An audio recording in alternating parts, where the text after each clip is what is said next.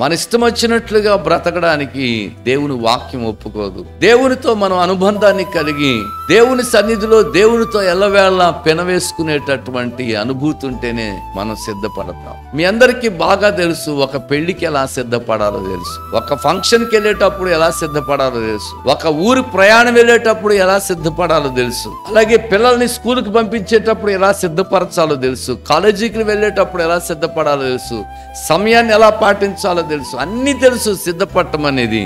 కానీ ప్రభు రాజ్యం కొరకు సిద్ధపడటమే నేర్చుకోలేకపోతున్నారు. మనలో విధేయత కావాలి, లోబడే స్వభావం కావాలి, చెప్పిన వాక్యాన్ని అంగీకరించేటటువంటి మనస్సు కావాలి, దేవుని యందు భయభక్తులు కావాలి, దేవుని చిత్తాన్ని నెరవేర్చాలనేటటువంటి మనస్సు కావాలి, దేవుని కొరకైన తపన కావాలి, దేవుని కొరకైన ఆతృత కావాలి. ఇవేమీ లేకపోతే ప్రభు రాజ్యం కొరకు ఏం సిద్ధపడతాం? ప్రభు రాజ్యం కొరకు ఎలా సిద్ధపడగలుగుతాం? లోకాన్ని ప్రేమిస్తా ఉంటే